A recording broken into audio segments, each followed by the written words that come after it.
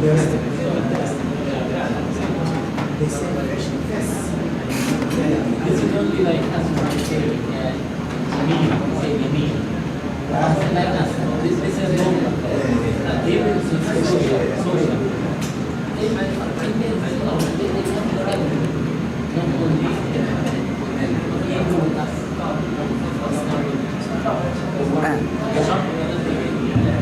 بسم الله. Make a start, inshallah. بسم الله الرحمن الرحيم. اللهم صل وسلم وبارك على سيدنا محمد وعلى آله وصحبه وسلم. الحمد لله. Okay, mashallah. So today we'll do the same thing. I will speak initially. So I will speak about the topic, and then afterwards you have the discussions and questions. Inshallah. Okay. So today we're going to look at falsafa, philosophy. And we're going to learn about Islam's contribution to philosophy, particularly to Western philosophy. I said last time that many people now in the West, many of the historians, the Ashab al-Tariq in the West, they are saying that the animal gharb is an invention from the Muslims. That the ideas behind the Western world are actually from the Muslims. The actual ideas behind it. So we're going to explore what does that mean. Is it true?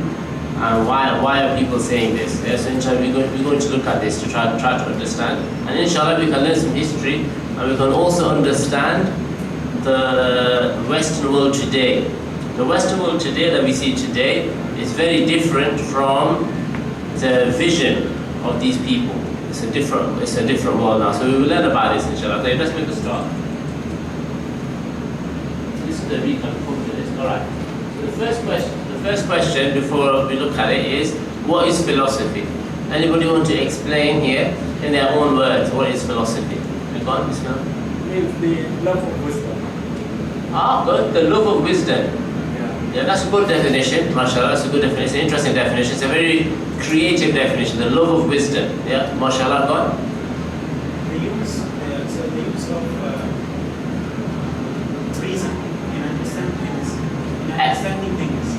Excellent, the use of reason in understanding things. Reason, يعني عقل, yeah, we can say the use of reason in understanding things. This is a very good definition, it's very precise, but it's only one part of philosophy. Philosophy is much broader, but you're right, that's one part of philosophy, is to use reason to understand things. Excellent, very good. Anybody else? What is philosophy? How would we define it? Yeah, Bismillah? To see things from another point of view. Okay, to see things from another point of view. Okay, good, mashallah. Again, this is very good. This is part of what we would say philosophy is. Good, yeah? Mashallah. Anybody else? Yeah. A study that aims to answer big questions about our existence. Fantastic, very good, yeah. So it's a subject, or the study of this is to understand the big questions. Very good, mashallah. Like, why were we created? Where did we come from? These questions are very, I know, mashallah, I'm sure everybody here, if you saw the American brother who spoke at the Mawlid this week, I don't know if you heard it, yeah, he spoke at the Mawlid, and he spoke about how he had many questions in his heart. He didn't understand, why was I created? What's my purpose in life, like this? And then he went to Uzla, he went to retreat, and he thought it was very moving. Many people were crying. It was very powerful because many of us, we experience this. Myself, I experienced the same thing. Like for many years, when you grow up in lands of the kuffar, you have all these questions. And I studied falsafa at university. I studied philosophy at university, but it's very dangerous to study philosophy unless you have a very strong understanding of the Quran, which I didn't have. I don't have today, I certainly didn't have then. So it's very dangerous, and you can get lost because you start thinking too much. So I think it's very, very dangerous. I know many people, unfortunately, many young Muslims who they left Islam because of this. They left Islam because of this. It's a real problem. Bismillah. Strive for reasons. Sorry? Strive for reasons. The strive for reason, yeah? Okay, that's good. That striving for reason, that is what philosophy should be, yes? Like what Wajdi also said, it's looking for wisdom, yeah, mashallah. This is also what philosophy should be. Okay, good, mashallah. So let's have a look. So the definition here that we have is the study of the fundamental nature of knowledge, reality and existence, which we're considering as an academic discipline. Okay, so there's a few things here. The fundamental nature of knowledge. In other words, what is knowledge? Ma huwa al-ilm. That's what philosophy is looking at. What actually do we mean by knowledge? Yeah? Some people, there's a subject called epistemology. Epistemology, I'll write this up later. Epistemology is the same thing. Epistemology is, how do we know anything? Yeah? How do I know that this pen is black? Even something like this. That's a very silly question, very strange question, but this is what they say. Yeah? They look at every single thing like this. And then reality. Haqiqa, what is reality? For example, if you look at in the Hindu religion, they believe that everything is wahm, everything is an illusion. This is what they think. They think everything, even on this table now, this table is obviously real. The Hindus say no, this is always an illusion. They have this strange view. So this is philosophy. They have these different philosophies, some very, very strange ideas. Yeah? And the same now in the West as well. They have something called existentialism, where they say everything is just in your mind. There's no reality, everything is very similar to the Hindu idea. Maybe there's been some influence there. Okay? So knowledge and existence, yeah, wujud. Especially when considered an academic discipline. In other words, philosophy studies these questions. One thing is for us to talk about them and think about them, but what about to study them properly? Like history, for example. What is history, tarikh? History is when you study the events of the past. So there's two meanings of history. One meaning of history is everything that happened before. That's history. So what I did this morning, for example, this morning I prayed in the masjid. That's history.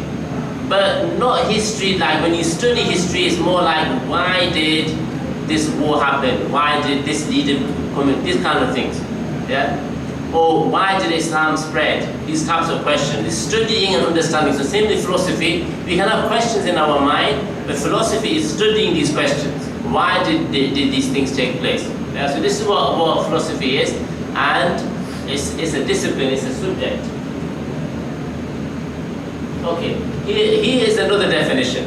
So philosophy is the study of systems of thought which allow us to understand ideas and the world around us. Okay, so maybe this is a better definition then. So let me ask you then, what is a system of thought?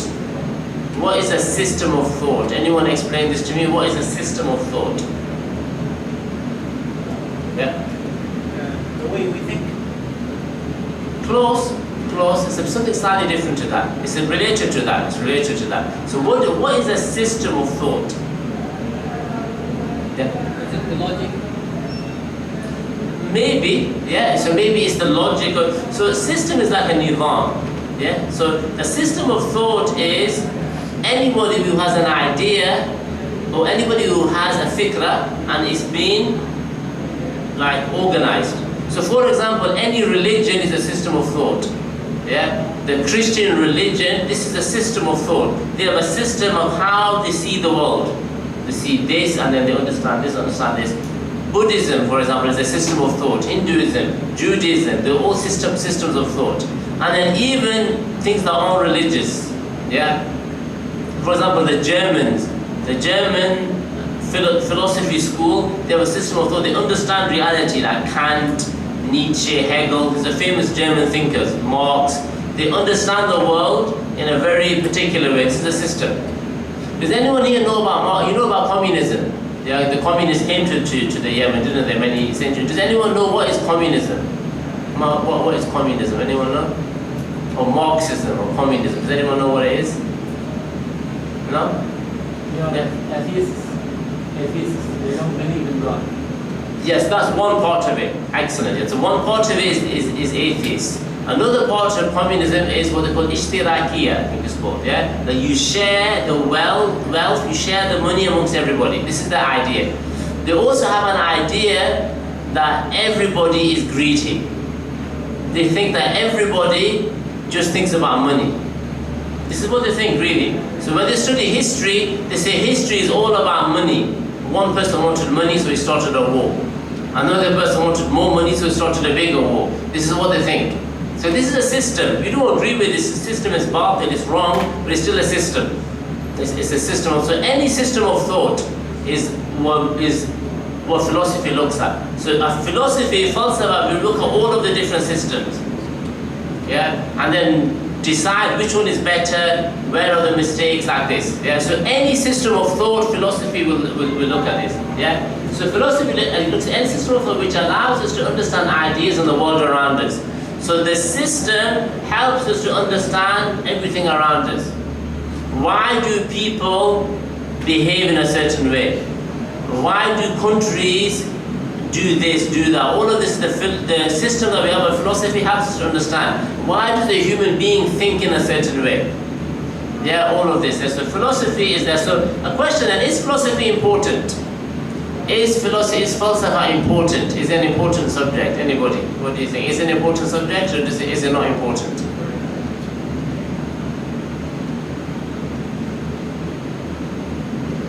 I'll pick someone. Yeah, what do you think? I think it's not. Okay, good, mashallah. I think Islam rejects this. As I think, I'm not sure. Mashallah, no, that's good. And I agree with you, it just depends on how we define philosophy. Yeah, you're right. Like much of philosophy now, Islam rejects it. Yeah, so from a point of view, it's not important, absolutely. Anybody else?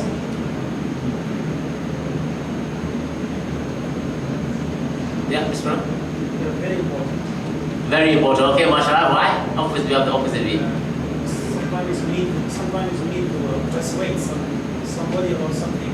Yes. So we need to Yes, that's very important. And that's why the only reason I'm mentioning this now, the reason we're studying this for this reason, because now, unfortunately, Ilhad has affected the Muslim world.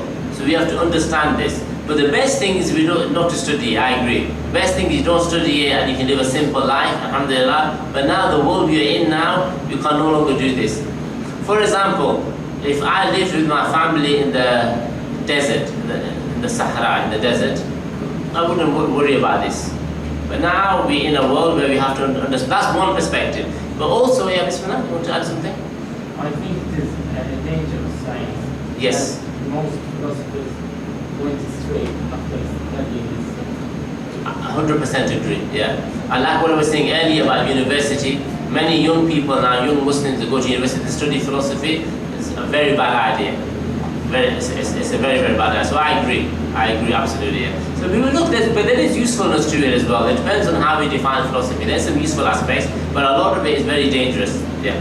Because it's not based upon 100% yaqeen. It's not based upon certainty, it's thoughts. Yeah, that's a very good point. Bismillah, sorry, you had your hand up? I think that the real question is that what type of philosophy you think that is? Ahsan, very good, exactly. That's the question really. So this is about definitions. What do we mean by philosophy? And if we think of philosophy, we think about atheism and the falsafa that we have in Islam, like some of these philosophers that went astray, then yeah, that's obviously very negative. But if we just say philosophy is just ideas and thoughts, then there's nothing wrong with that, obviously, because mashallah, the human being is a thinking animal. We have to think. That's a good thing that we think about it. Okay, good, mashallah. So let's have a look there.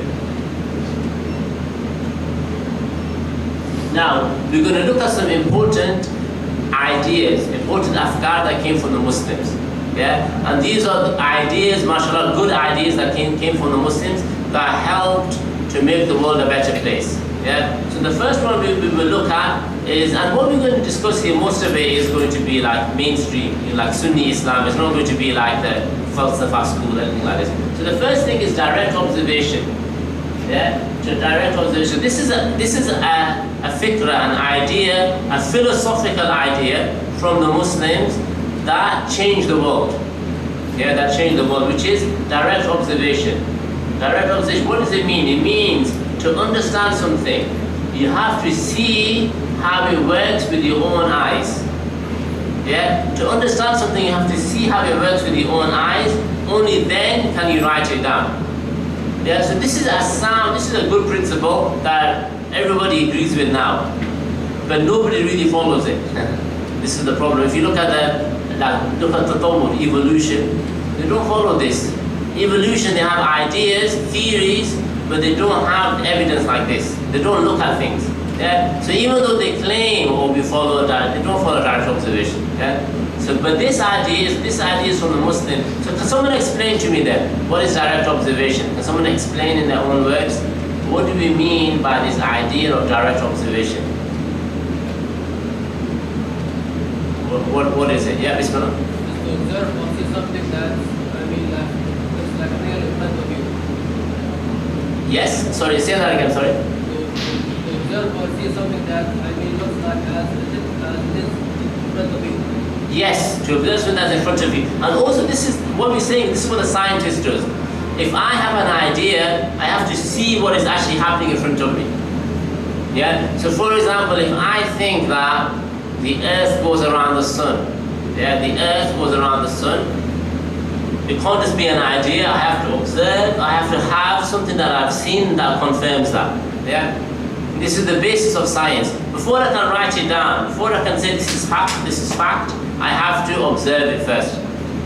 So what used to happen before Islam, the Greek philosophers, most of their thoughts were just ideas that they would think about. So the Muslims came and they changed this. They said, no, if you want to write down an idea, if you want to say this is an idea, you have to observe it first. So this is an example of a positive idea within philosophy. Now, this is an example of a positive idea. Okay. There you go. So now we have science.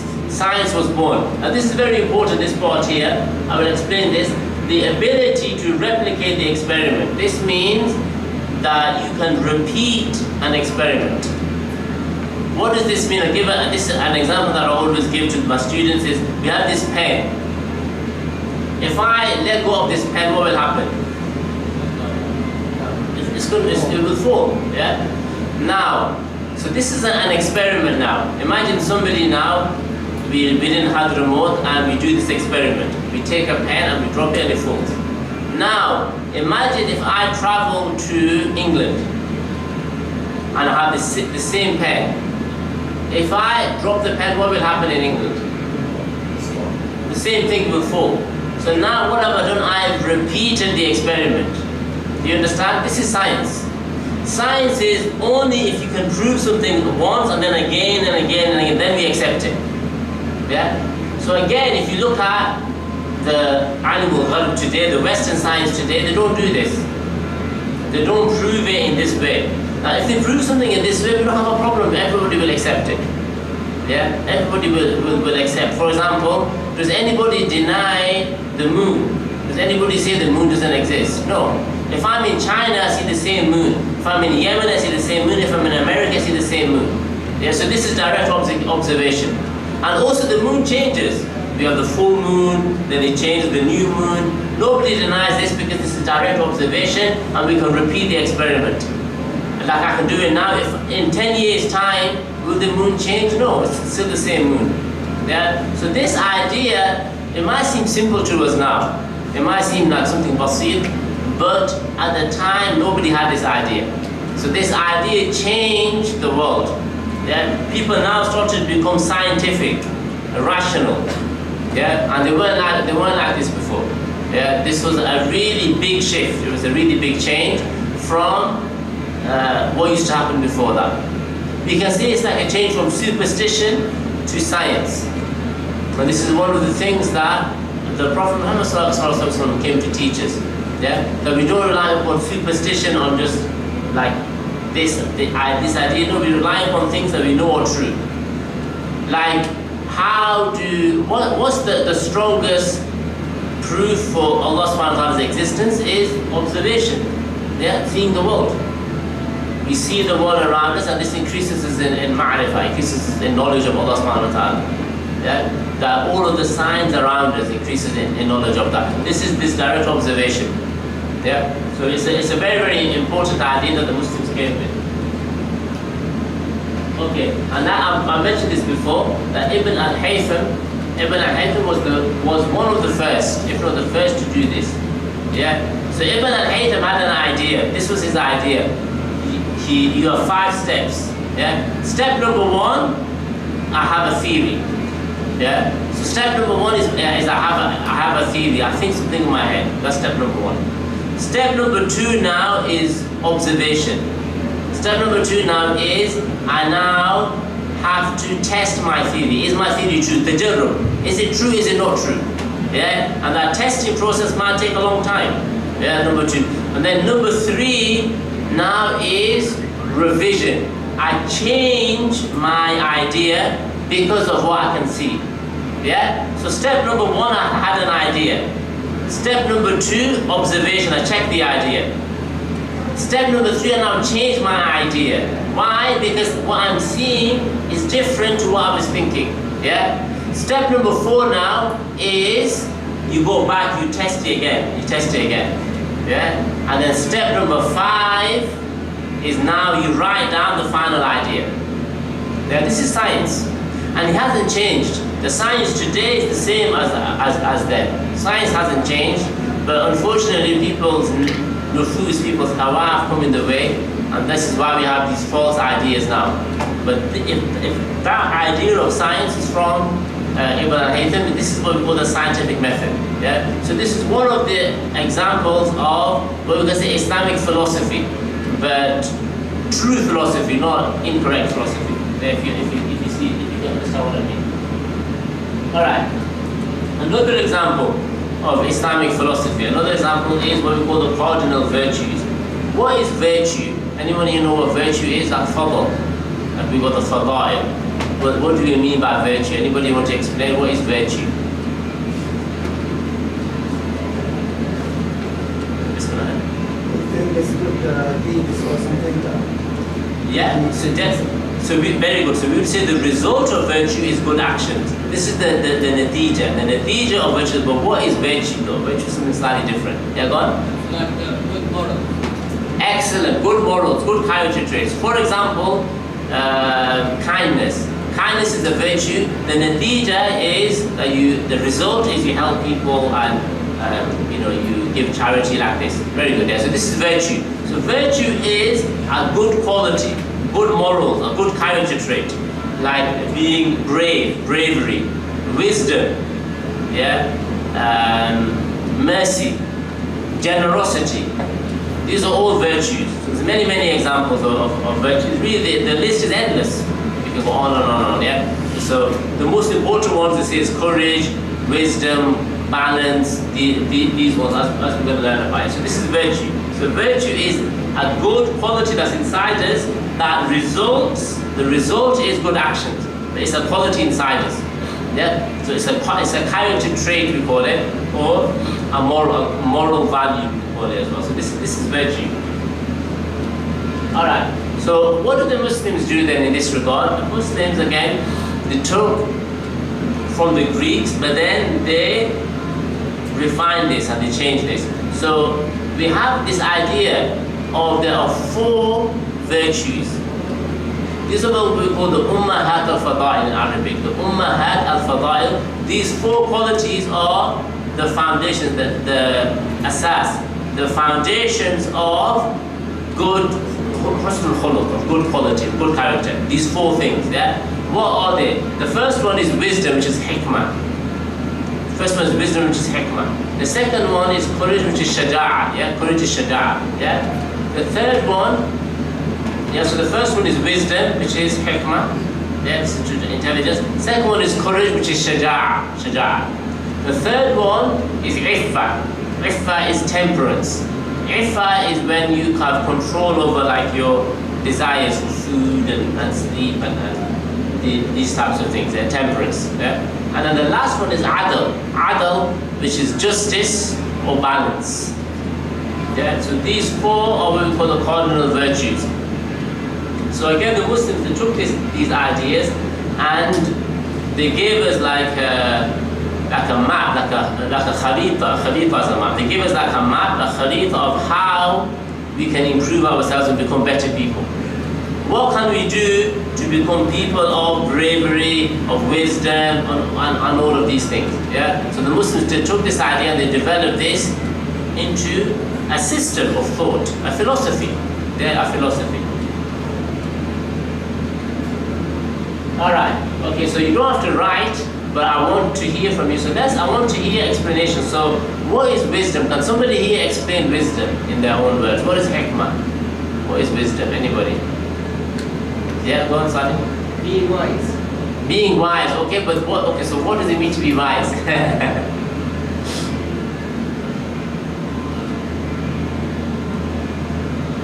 Go on. See the word in the original. Good, mashallah, yeah. So seeing the world in its original sense, okay, maybe that's a good definition. Anybody else? What is wisdom?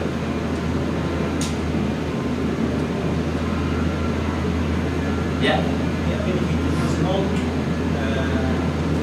create good decisions. Excellent, very good, very good. That's the result. That's excellent. The result of wisdom is that you make the right decision, but it's not wisdom. MashaAllah, good, very good. Okay, so wisdom, there's two meanings we can look at. One meaning is wisdom is to put something, yeah? Wisdom is to put something in the right place. What, you know, وَضَعُ شَيْءٍ فِي مَكَانِهِ, yeah? To place something in the best, in the right place, yeah?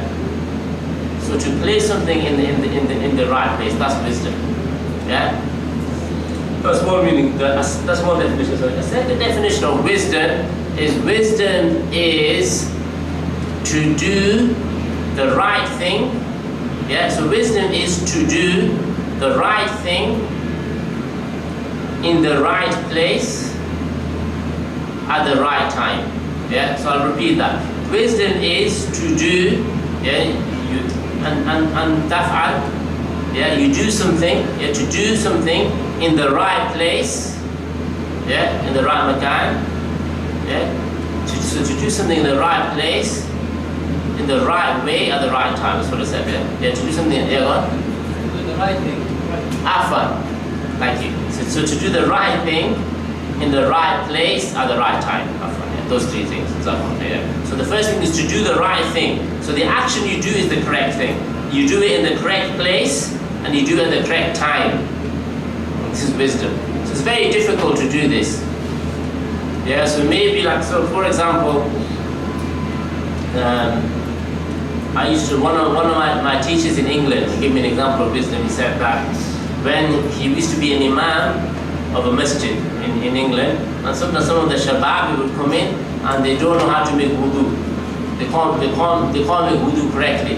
So what he would do is, he would not say to them, this is wrong, this is khata and like this, because then the shabab will leave the masjid, they won't come back. So what he wouldn't say anything. And then they would pray the salah. After the salah, he would make an i'lan, an announcement. He would say, MashaAllah, tonight, we are having a special lesson on Islam. Come to my lesson and we will learn how to make wudu, we will learn how to pray like this. And then the shabab would come to the lesson and he would teach them. This is an example of wisdom. So he's doing the right thing at the right place at the right time. And that is not the right time for him to tell them. So he waits and he waits for the right place at the right time. Yeah? So we understand this is wisdom. Okay, there. Okay, what's courage? What's courage? Be brave. Okay, being wisdom. What does it mean to be brave? Be careful. To have courage. Yeah. This is what they call a secular argument. It's like not to be afraid to face reality. Good, very good. That's a good definition. To not be afraid to face something good. Yeah, Muhammad Salim. Yeah. Same. Okay. So courage is what is? Yeah, go on, Bismillah. It is the ability to not to be in fear and a dangerous situation. Excellent. Very good, mashallah. You've been there. So courage is to overcome fear. Yeah. So courage is to overcome. Now overcome is al-khawf. Yeah. To overcome fear. Yeah. So courage is to overcome fear when facing danger.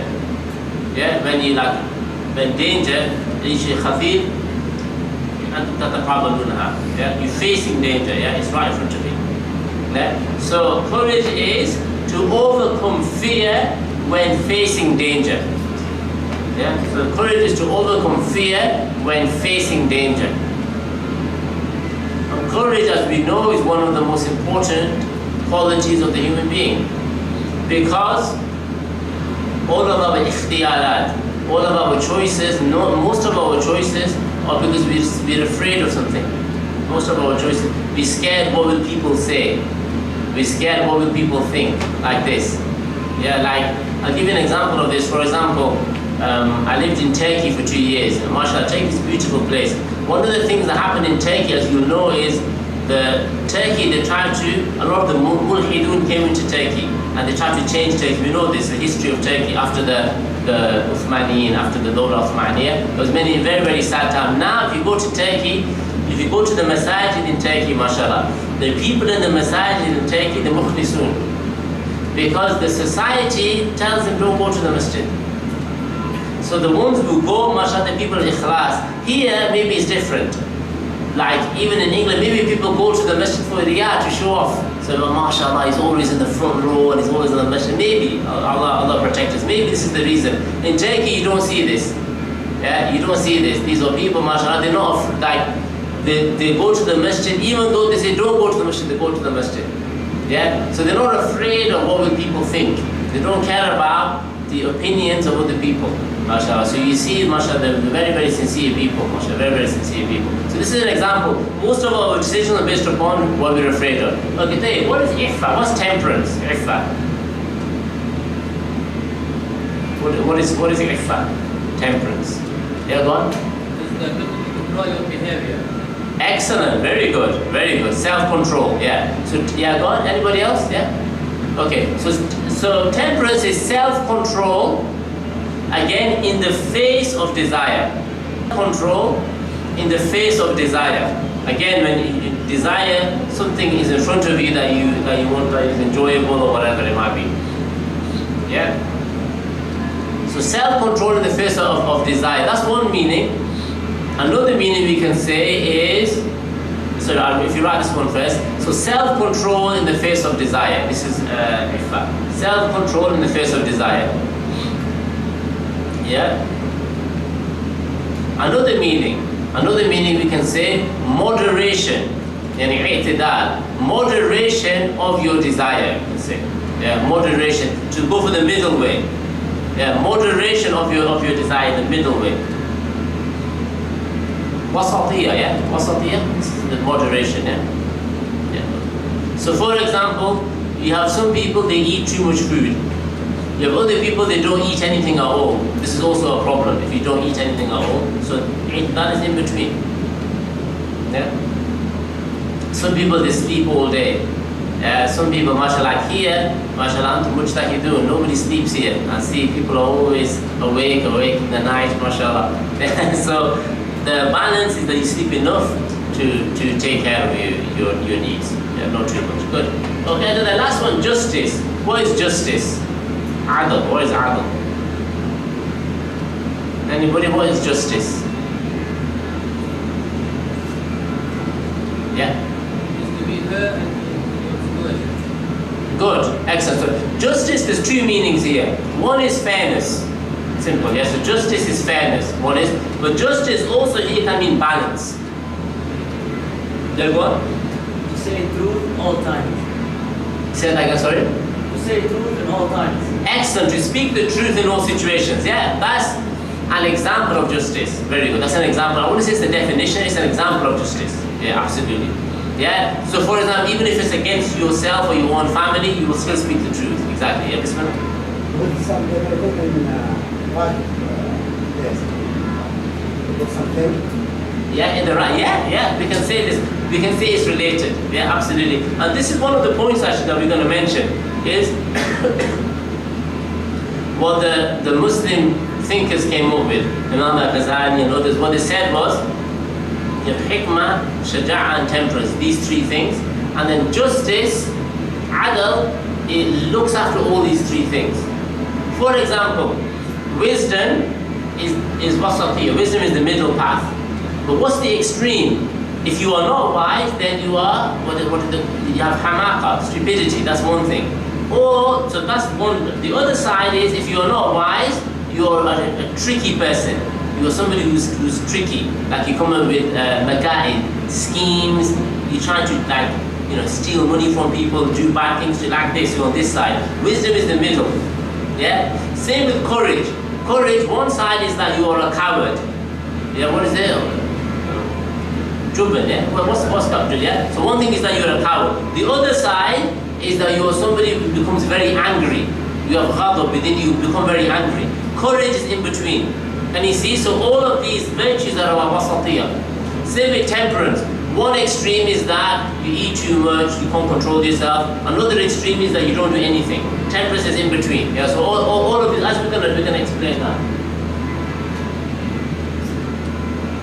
Alright, yeah, we can. So I will explain this.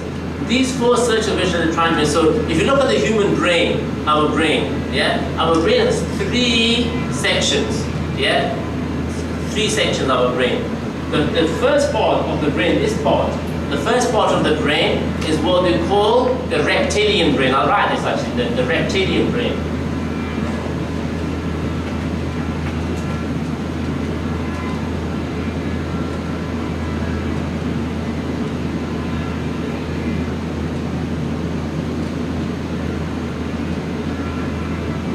I'll write all three down then I can see.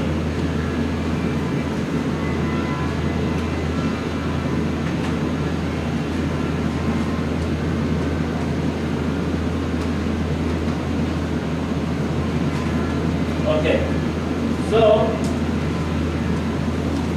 there's three sections, yeah, three sections, three ajza, three sections to our brain. The first part of the brain is like right at the back of the brain, what we call the reptilian brain. This part of your brain is about instincts. For example, if I'm scared, if I'm afraid of something and I run away, yeah, if I run, this is from my reptilian brain. For example, if I'm hungry, my brain tells me, you're hungry, eat some food. Yeah, this is your reptilian brain, yeah? If I'm cold, I put on a scarf, for example. If I'm hot, I turn on the fan like this. Yeah, this is your reptilian brain. Yeah, your basic needs. This is for your basic food, shelter, your basic needs. Yeah, this is your reptilian brain. Yeah, this is the first part. The second part of your brain is called the midbrain. The midbrain. Yeah. So the first part is what? The reptilian brain. This is the part of your needs. The second part is called the midbrain. The midbrain is about emotions. Yeah, shu'ur, yeah, emotions. How you feel. Do you feel happy? Do you feel sad? Do you feel angry? Yeah, do you feel worried? Your emotions. Yeah. So your midbrain is all about your emotions, how you feel. Yeah. And then, so that's the second one. Yeah. The third part is called the neocortex. The neocortex is your reason, your rational brain. Yeah, your logic. Yeah, you know, when you make your decisions and you think logically. Yeah, you can say it's like the mantaqi. It's a logical part of your brain. So your neocortex is your thinking. This is where, if I'm going to think about death, if I'm going to think about why did Allah subhanahu wa ta'ala create me, this is from my neocortex. Yeah, you know, when I think about the big question, so the big question, that's from your neocortex. If I'm doing mathematics, if I said to you, what is 17 times 14? You use this to think about it, like this. Language as well. If I'm going to write something, I'm going to write poetry, or I'm going to think about something. For example, the Tadabbur al-Quran. If I'm reflecting upon the Quran, then I will use this part of the brain to think about things. This is where we get our knowledge from. Okay, so these are the three parts of the brain. Now, if you look at these virtues, they are all linked back to this. So for example, wisdom is related to the neocortex. To think properly, that's wisdom. Wisdom is to think properly, that's another definition. Yeah? So wisdom helps us to control this part of our brain where we think, the third part. Yeah? What about the second part, emotions? Which of these virtues relates to our emotions? Anybody know? Courage, very good. Courage is about controlling our emotions. So we don't get too angry and we don't get too scared. It's in between. Yeah, so courage is related to our emotions. And then the first one is temperance. Our desire to eat, our desire to sleep. These things are natural things, so we have to control them. So we don't become like animals, like reptiles. And we don't become like animals where all we're thinking about is food and sleep and shahawat and this, which is what we see now, unfortunately. Yeah, subhanAllah. Like here, mashallah, it's a very good society. If you go to the West now, it's a horrible, like men have just become reptiles. All they're thinking about is shahawat with the opposite gender. That's what they're thinking about. I used to work, many places that I worked in, when you just hear what people are talking, that's all they talk about. It's very, very sad, very, very sad. I used to work in a factory, but masna'. I used to work in a factory, and when you have your break, you go for your break to eat food, when you talk with the people, that's all they want to talk about. It's sad, unfortunately. And this is what happens in a society where these things become manifest, everybody can see these things, and thus people become obsessed with it. And they have no control, they have no iffah at all. Everything just becomes about their desires. Yeah? Or it becomes about food, what you're going to eat, or it becomes about alcohol, but it's all the same thing. It's all the same thing, it's just your desires, you don't have control over them. Yeah? So can you see now all these things relate back to your brain, yeah? These three parts of your brain. And the point is to control yourself with the neocortex, so you're thinking, instead of the other two. But most people, they make decisions according to emotions or according to their desires. True or not true? True. Yeah. Most people, if you ask people why did they make a decision, they'll make it upon the way that they feel. I was feeling happy, so I did this. I was feeling sad, so I did this. Or upon just what their nafs al-amara bisu. Yeah, like this, just the instinctive desires what they want. But most of it, how many people really think about it before they make a decision? They don't. Very, very few people. Yeah, it's rare. Okay. All right. So I mentioned this already, so very briefly, because I've talked about this already. Is that each of these qualities are in between. So wisdom is in between what? It's in between being tricky and being stupid. Yeah? Courage is in between being too angry and being a coward. Temperance is in between being too much, eating too much, doing too much, or not doing enough. Yeah? Alright, well, this is very important actually. Yeah? This is very important. So now what it says, you have these ummahat al-fadail. Yeah, everyone's following me. The ummahat al-fadail, which are what? Hikmah, shaja'a, ifa, and adl. These are the four qualities. Yeah, everyone understands. Now, what they say is that all of the other, all of husnul khuluq, all of the other good qualities, like karam, like rahmah, all of these good qualities, all of them come from these four. Yeah, so the foundation, yeah, the asas of them is one of these four, and then they come from them. For example, they say generosity. Karam comes from courage. How? Anybody want to explain how? How does generosity come from? So how does being generous, for example, with your money and your time, how does generosity come from courage, from bravery? Anybody? Yeah, one? Because the person overcomes the fear of being, for example, poor. Excellent. The fear of poverty. MashaAllah, yeah. So you overcome the fear of poverty and then you can be generous. Patience as well, what we call sabr or istiqamah. It's the same thing as well. It takes like firmness. It takes, you have to have some type of bravery or strength within you to be a person of patience. So it's the same thing again. Okay, Rahmah, mercy comes from wisdom, from hikmah. How? Anybody? How does being merciful, forgiving other people, for example, afu, how does that come from wisdom? Anybody? Yeah, go on, this one. It's also, relation to, placing the right thing, the right place at the right time. Yeah. If someone is, for example, things to receive mercy. So you forgive for them because I know that it is the right thing. I do for the right person at the right time. MashaAllah, that's one aspect of it, definitely, that's one aspect of it. Another point that we would say about mercy is that let's just say somebody does something. Let's just say somebody steals something from me, and if I don't forgive them, who am I harming? Myself, because I feel it's not going to change. The thing is gone now. Yes, they've done it. I'm just harming myself. So the wise person will understand that it's better to forgive It's better for you and it's better for everybody. The other problem is, let's just say somebody kills my child. Yeah, let's say somebody kills my child, then I go and kill their child. What will be the result? Killing everywhere, a cycle of violence. One, then carries, before you know you have a war. So the intelligent person, no, it's better for me to forgive. I will stop this now, I will forgive them, and then I will stop all of these problems. Yeah, so it takes wisdom. The intelligent person will always forgive. The intelligent person will always have mercy. Yeah, it's when we're not thinking with our brains, we start to think with our emotions, then we start to do these other things. Yeah.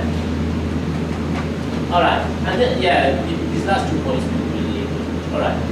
Okay, then finally, then Western philosophy. So Western, if you look at Western philosophy, this is where, as we said, these are things that are a bit negative, you could say, but not necessarily.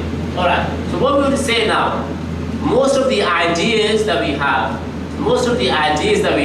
from in Europe, yeah. For example, ideas like justice, adl, truth, haq, and even creation itself. You know, the ideas that we have in Europe, I'm talking Europe now, they actually came from Muslim thinkers. Like Ibn Rushd, Ibn Sina, again, these are philosophers that the Ahlul Sunnah wal Jama'ah, obviously we reject them. Yeah, so we make that very clear. Imam al-Ghazali, obviously we don't reject. But what's interesting is their ideas influenced the European mind. This is the point. The Europeans, their ideas, you know, the idea of the Western world, animal gharb, what's the foundation of that? Is from these ideas. Yeah? This led to what we call the European Renaissance. The European Renaissance is like we can say the tajdid aqli, the renewal of like the intellect within Europe. Before this, you have the Dark Ages. So for many, many centuries, the people of Europe, there are no discoveries, there are no science, there are no thinking. And then this changed with the Renaissance. Where did the Renaissance come from? It came from them reading Ibn Rushd and Ibn Sina and Al-Ghazali. Yeah? So all of the modern progress, the taqaddum that they talk about now, the tatawwur that they talk about now, all of the modern progress, it came from the European Renaissance, which came from the Muslims. Yeah? Inshallah, I hope that's clear. So what's the result of that? Why is that important? Because it shows this important fact. Islam, the ta'athur of Islam, the impact, the blessings of Islam are on every single country, every single society, every single place in the whole world, in the planet. Yeah? And Islam is the only religion that can say that. The Prophet Muhammad is the only person in history, the only human being in history who has benefited every single country. There's nobody else. Like if you look at Sayyidina Isa alayhi salam, Sayyidina Musa alayhi salam, yeah, amazing, mashallah. You look at Newton, you know, the scientists, look at all of these important people in history. Yeah, they had an impact, but just within their area, not the whole world. If you look at Sayyidina Isa alayhi salam, his ideas, then afterwards they were changed. The Christians, about 300 years after, they changed his ideas, and then those ideas had an impact on the world. Not the original religion of Sayyidina Isa alayhi salam, it didn't have an impact. Many of them were killed and he died out. Yeah? So if you look at someone like Confucius, anyone Confucius from China, you know Confucius? Yeah? A great thinker from China. But he's very important, but only in China. Outside of China, nobody knows who he is. Did he have an impact on Yemen? Did he have an impact on Europe? Did he have an impact on America? No. The Prophet Muhammad every single society. Yeah? Like China, for example, there were Muslims in China before Syria, before Sham. Muslims in China very, very early on. Yeah? You look at America, the United States of America, all of the ideas are from Europe, which we took everything from the Muslims.